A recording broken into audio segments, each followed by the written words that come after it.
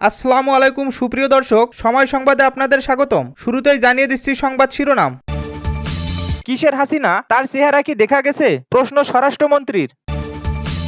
জামাতের প্রত্যাশা, শেখ হাসিনাকে বাংলাদেশের হাতে তুলে দেবে ভারত। আওয়ামী লীগের প্রতি নমনীয় হওয়ার কোনো কারণ নেই, বললেন সমাজ কল্যাণ প্রতিমন্ত্রী। হাসিনা সরকার পতনের এক দফা কিভাবে এসেছিল জানালেন রাশেদ প্রধান। শুনছিলেন শিরোনাম, এবারে বিস্তারিত। কিসের হাসিনা, তার চেহারা কি দেখা গেছে? প্রশ্ন স্বরাষ্ট্রমন্ত্রীর। বাংলাদেশের মানুষ কখনোই আওয়ামী লীগের রাজনীতিতে আর গ্রহণ করবে না বলে মন্তব্য করেছেন স্বরাষ্ট্রমন্ত্রী সালাউদ্দিন আহমেদ। তিনি প্রশ্ন করেছেন, সাবেক প্রধানমন্ত্রীর চেহারা কি দেখা গেছে?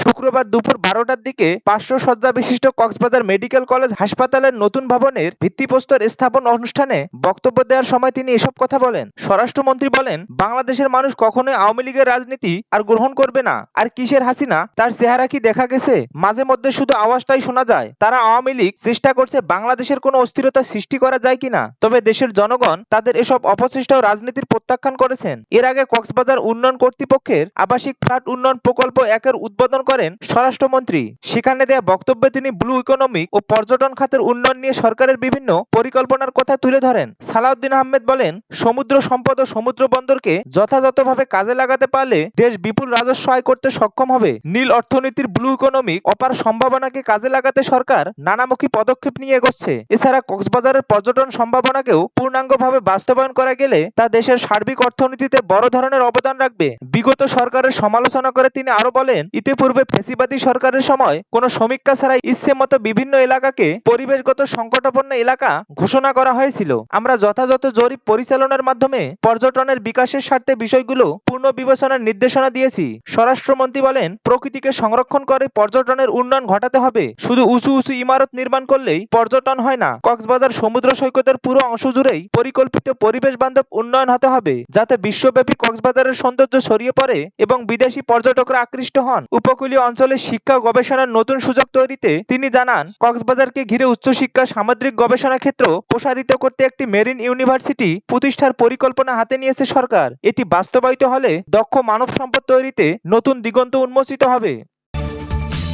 জামাতের প্রত্যাশা, শেখ হাসিনাকে বাংলাদেশের হাতে তুলে দেবে ভারত। 2024 সালের 5ই আগস্ট গণরোষের মুখে নয়াদিল্লিতে পলাতক মানবতা বিরোধী অপরাধের দায়ে মৃত্যুদণ্ডপ্রাপ্ত আসামি শেখ হাসিনাকে সংবাদ সম্মেলন করার সুযোগ দিয়ে বাংলাদেশের সঙ্গে ভারতের শিষ্টাচার বহির্ভূত আচরণ প্রদর্শনের তীব্র নিন্দা প্রতিবাদ জানিয়েছেন বাংলাদেশ জামাতে ইসলামী। শুক্রবার এক বিবৃতিতে জামাতের সেক্রেটারি জেনারেল মিয়া গোলাম পরোয়ার এই নিন্দা ও প্রতিবাদ জানান। বিবৃতিতে গোলাম পরোয়ার বলেন, বাংলাদেশ প্রতিবেশী ভারত সহ বিশ্বের সব দেশের সঙ্গে সমমর্যাদার ভিত্তিতে পারস্পরিক সম্মানজনক কূটনৈতিক সম্পর্ক এবং দ্বিপাক্ষিক স্বার্থ রক্ষায় অঙ্গীকারবদ্ধ। একই সঙ্গে বাংলাদেশের সব দেশের স্বাধীনতা ও সার্বভৌমত্বের প্রতি শ্রদ্ধাশীল। কিন্তু দিল্লিতে বসে শেখ হাসিনার মতো একজন দণ্ডপ্রাপ্ত পলাতক আসামি বাংলাদেশের জনগণের বিরুদ্ধে ষড়যন্ত্রে লিপ্ত থাকা এবং সেই ষড়যন্ত্র বন্ধে বাংলাদেশের কূটনৈতিক আহ্বানকে ভারত সরকার আমলে না নিয়ে তাকে আশ্রয় দেওয়া অব্যাহত রাখা আন্তর্জাতিক নিয়ম নীতি ও কূটনৈতিক শিষ্টাচারের চরম লঙ্ঘন। আমরা ভারত সরকারের এমন কূটনৈতিক আচরণের তীব্র নিন্দা ও প্রতিবাদ জানাচ্ছি। তিনি বলেন, শেখ হাসিনার নেতৃত্বাধীন ফ্যাসিস্ট সরকার বিগত 16.5 বছর বাংলাদেশের মানুষের উপর চরম জুলুম, নির্যাতন, হত্যা, খুন ও গুম চালিয়েছে। সর্বশেষ 2024 সালের জুলাই আগস্টে দেশপ্রেমিক জনগণের উপর গণহত্যা চালিয়েছে। এই গণহত্যায় প্রায় 1,500 মানুষ নিহত এবং 30,000-এরও বেশি মানুষ আহত হয়েছেন, যা জাতীয় আন্তর্জাতিক গণমাধ্যম, জাতিসংঘের ফ্যাক্ট ফাউন্ডিং মিশন, আন্তর্জাতিক মানবাধিকার কমিশন সহ বিভিন্ন সংগঠনের প্রতিবেদনে উঠে এসেছে। এরপরও তাকে ফেরত চেয়ে বাংলাদেশের অন্তর্বর্তীকালীন সরকার একাধিকবার ভারত সরকারের কাছে চিঠি দিয়েছিল, কিন্তু সেই আহ্বান উপেক্ষা করে পলাতক শেখ হাসিনাকে আশ্রয় দিয়ে ভারত সরকার মূলত বাংলাদেশের পরিবর্তে নিষিদ্ধ আওয়ামী লীগকে পৃষ্ঠপোষকতা দিয়ে আসছে বলে প্রতীয়মান হচ্ছে। একই সঙ্গে ভারত ও বাংলাদেশের মধ্যে বিদ্যমান দ্বিপাক্ষিক বন্দি বিনিময় চুক্তি উপেক্ষা করা হচ্ছে। আমরা প্রত্যাশা করি ভারত সরকার তার অবস্থান সংশোধন করবে এবং দণ্ডপ্রাপ্ত শেখ হাসিনাকে বাংলাদেশের হাতে তুলে দেবে। জামাতের সেক্রেটারি জেনারেল আরো বলেন, জুলাই গণঅভ্যুত্থানের দ্বিতীয় বর্ষপূর্তি পালিত হলেও বর্তমান সরকার খুনি শেখ হাসিনাকে দেশে ফিরিয়ে আনতে ব্যর্থ হয়েছে। ফলে পালিয়ে থেকে দেশ ও দেশের জনগণের বিরুদ্ধে ষড়যন্ত্র করার সুযোগ পাচ্ছে খুনি শেখ হাসিনা। পলাতক শেখ হাসিনাকে দেশে ফেরত আনতে বর্তমান সরকারকে কার্যকর উদ্যোগ গ্রহণের আহ্বান জানাচ্ছি। ইন্টারপোলের মাধ্যমে রেড নোটিশ জারি করে দণ্ডপ্রাপ্ত হাসিনাকে ফিরিয়ে আনার ব্যবস্থা করতে হবে। একই সঙ্গে জাতিসংঘের সহযোগিতা নিতে হবে। সরকার যদি কূটনৈতিক শৈথিল্য প্রদর্শন করে তাহলে জনগণের কাঠগড়ায় সরকারকে কঠোর জবাবদিহিতার মুখোমুখি হতে হবে। গোলাম পরোয়ার বলেন, 24-এর অভ্যুত্থানে হাজারো প্রাণ ও রক্তের বিনিময়ে অর্জিত নতুন বাংলাদেশের কোনো ফেসিবাদ কায়েম, পুরনো ফেসিবাদের পুনরুত্থান উত্থান বিকাশ কিংবা আড়ালের আবাডালে কোনো তৎপরতা চালানোর সুযোগ বিপ্লবীরা দেবে না। বিবৃতিতে দেশবাসীর উদ্দেশ্যে জামাতের এই নেতা বলেন, খুনি শেখ হাসিনা ভারতে বসে বাংলাদেশের বিরুদ্ধে ষড়যন্ত্রের যে ছায়া ফেলতে চায় তা সফল হবে না। আমরা বাংলাদেশের মুক্তিকামী জনগণকে সদা সজাগ থেকে ফ্যাসিস্টের ষড়যন্ত্র প্রতিহত করতে ঐক্যবদ্ধ থাকার আহ্বান জানাচ্ছি। একই সঙ্গে জুলাই গণ অভ্যুত্থানের দ্বিতীয় বর্ষে পুরনো ফ্যাসিবাদের শিকড় উপড়ে ফেলে নব্য ফ্যাসিবাদের বিরুদ্ধে সোচ্চার হয়ে ঐক্যবদ্ধ, ইনসাফপূর্ণ, দুর্নীতিমুক্ত এবং সবার জন্য নিরাপদ বাংলাদেশ গড়ে তুলতে এগিয়ে আসার জন্য দেশবাসীর প্রতি উদাত্ত আহ্বান জানাচ্ছি।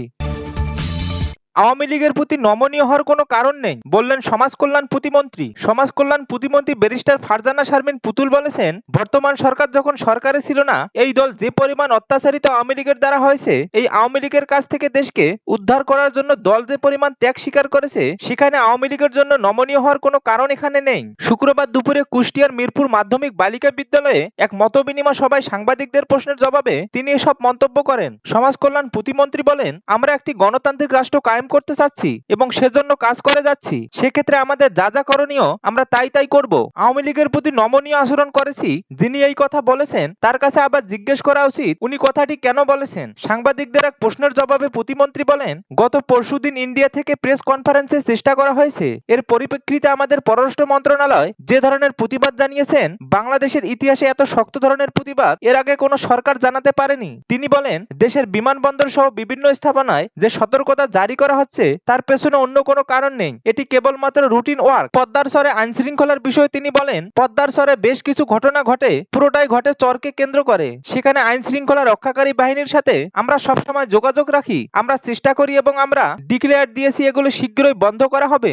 চর অঞ্চলকে আমরা উন্নত করতে চাচ্ছি বিভিন্ন প্রজেক্ট দিয়ে, যাতে ক্রাইমগুলো সেখানে না ঘটে। এটা তো বহু বছরের একটা ক্রাইম জোন, সেই জায়গা থেকে আমরা চাচ্ছি এটা উত্তরণ ঘটাতে। আইন শৃঙ্খলা বাহিনী চেষ্টা করছে, এখনো নির্মূল করা সম্ভব হয়নি, তবে হবে ইনশাআল্লাহ, আশা করছি। মিরপুর উপজেলা পৌর বিএনপি আয়োজিত মতবিনিময় সভায় কুষ্টিয়া 1 আসনের সংসদ সদস্য রেজা আহমেদ বাচ্চু, মহিলা সংসদ সদস্য ফরিদা ইয়াসমিন, কুষ্টিয়া জেলা পরিষদের প্রশাসক অধ্যক্ষ সোহরাবুদ্দিন, বিএনপির নেতা ব্যারিস্টার রাগীব রৌফ চৌধুরী সহ অন্যান্য নেতারা বক্তব্য রাখেন। হাসিনা সরকার পতনের এক দফা কিভাবে এসেছিল জানালেন রাশেদ। 2024 সালের 5ই আগস্ট এক দফা আন্দোলনের ঘোষণার মাধ্যমে শেখ হাসিনা সরকারের পতনের প্রেক্ষাপট কিভাবে তৈরি হয়েছিল এ বিষয় নিয়ে গত কয়েকদিন ধরে রাজনৈতিক অঙ্গনে ব্যাপক আলোচনা চলছে। বিষয়টি নিয়ে শুক্রবার নিজের ভেরিফাইড ফেসবুক পেজ থেকে একটি পোস্ট দিয়েছেন প্রধানমন্ত্রীর রাজনৈতিক সহকারী রাশেদ খান। তিনি লেখেন, জুলাই গণহত্যার তৃতীয় দিন 18 জুলাই অসংখ্য মানুষ হত্যাকাণ্ডের শিকার হয়েছে। সন্ধ্যার কাছাকাছি সময়ে বৈষম্য বিরোধী ছাত্র আন্দোলনের নেতা আহনাফ সাঈদ খান আমাকে কল করে বলে, ভাই বিএনপি সহ সব রাজনৈতিক দলকে মাঠে নামতে বলেন, এবার সরকার পতনের আন্দোলনের দিকে যেতে হবে। এত হত্যার পর আর কোটা সংস্কার আন্দোলন হতে পারে না। এই নেতা বলেন, তার আগে আন্দোলন চলাকালীন আমি আসিফ মাহমুদকে জানিয়ে রেখেছিলাম বিএনপি সহ রাজনৈতিক দলগুলো পুরোপুরি সমর্থন ও ছাত্রদল সহ অঙ্গ সহযোগী সংগঠন ইতিমধ্যে আন্দোলনে অংশগ্রহণে আছে। যে কোনো ধরনের রাজনৈতিক সহযোগিতা বা সমর্থন রাখলে সেটা আমি অ্যারেঞ্জ করতে পারবো। তখন আসিফ মাহমুদ আমাকে বলেন, ভাই আমি কখন কোথায় থাকি বলা যায় না, আপনার সঙ্গে আহনাফ যোগাযোগ রাখবে। সেই সূত্র ধরে আহনাফ আমার সঙ্গে যোগাযোগ করে। রাশেদ আরো বলেন, আমি আহনাফকে তখন জিজ্ঞেস করি, এটা কি শুধু তোমার না, আসিফদেরও কথা? আহনাফ তখন আমাকে জানায়, এটা আমাদের কথা, আসিফের কথা। আমি বলি, তাহলে কিন্তু তোমাদের এক দফার দিকে যেতে হবে। আহনাফ আমাকে জানায়, এই হত্যার একমাত্র প্রতিশোধ শেখ হাসিনার পতন। আপনি আস্থা রাখেন, এক দফার ঘোষণা আসবেই। এরপর আমি এ বিষয়ে বর্তমান স্বরাষ্ট্রমন্ত্রী জনাব সালাউদ্দিন আহমদকে বলি, ছাত্ররা তো বিএনপি সহ সব দলকে মাঠে নেমে যেতে বলে, তারা এক দফার ঘোষণা দেবে। তখন জনাব সালাউদ্দিন আহমেদ আমাকে বলে, দেখো এত হত্যার পরে তো কোটা সংস্কার আন্দোলন আর করা যায় না, তারা সত্যিই এক দফার ঘোষণা দিলে এবার বিএনপির শেষ লড়াইটাই লড়বে। তিনি বলেন, আমি তাকে বলি, আস্থা রাখেন, এক দফা আসবেই। তারপর তিনি বিএনপির সে সময়কার ভারপ্রাপ্ত চেয়ারম্যান বর্তমান প্রধানমন্ত্রী বিএনপি চেয়ারম্যান তারেক রহমানের সঙ্গে কথা বলে সরকার পতনের নেপথ্যের সমস্ত প্রস্তুতি নিয়ে ফেলেন। হ্যাঁ, এটাই জুলাইয়ের ইতিহাস। ছাত্র জনতার আন্দোলনের রাজনৈতিক সমন্বয় ছাত্র নেতাদের আহ্বানে বিএনপি করছেন। ইতিহাস স্বীকার করতে কষ্ট হলেও এটাই জুলাইয়ের নেপথ্যের ইতিহাস।